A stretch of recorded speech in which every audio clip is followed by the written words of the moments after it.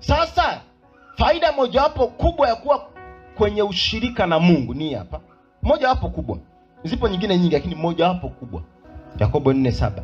Basi mtiini Mungu, alafu mpingeni shetani naye atawakimbia. Sio mnapata hiyo point. Basi mtiini Mungu. Alafu akaweka nukta, alafu akasema mpingeni shetani. Sasa sisi waga tunaruka pale kwenye kumtii Mungu. Tunaenda kumpinga nani? Shetani. Wakati jana naandika hili somo, nikawakumbuka wale wana wa Skewa. Nikawaandika ile Matendo ya Mitume sura ya 19. Wale walitaja jina la Yesu. Vile vile kama Paulo alivyokuwa analitaja. Ila hawana ushirika na huyo Yesu sasa. Unajua faida ya ushirika ni kwamba ninapoenda kumpinga shetani siendi mimi, tunaenda.